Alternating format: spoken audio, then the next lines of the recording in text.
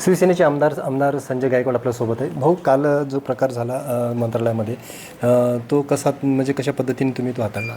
आता जर कोणी माझ्या जीवाशी खेळत असेल, मला पॉयझन द्यायचा प्रयत्न करत असेल आणि वारंवार त्याच्या तक्रारी करून शासनाकडून त्याची दखल घेतली जात नसेल, तर मला मान्य आहे की मी वापरलेला मार्ग हा 100% गैरमार्ग आहे, चुकीचा मार्ग आहे, बेकायदेशीर मार्ग आहे. पण शेवटी मला मंजिल साध्य करायची होती म्हणून मी चुकीच्या रस्त्याने गेलो.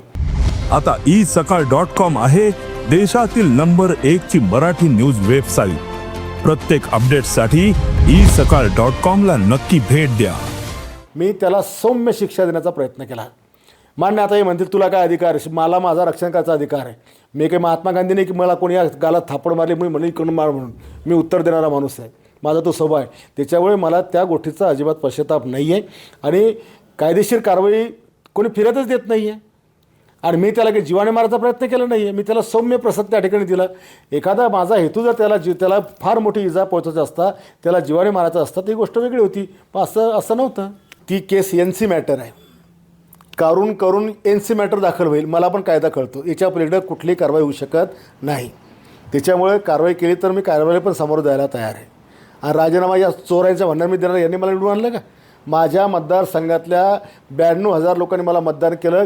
त्याच्यातल्या कधी 100 लोकांना मी मला मतदान करण्यासाठी सांगितलं की राजीनामा द्या, म्हणजे राजीनामा देईल. कॅमेरामॅन सुनील मोरे, मी संजय जाधव, साम TV, बुलढाणा.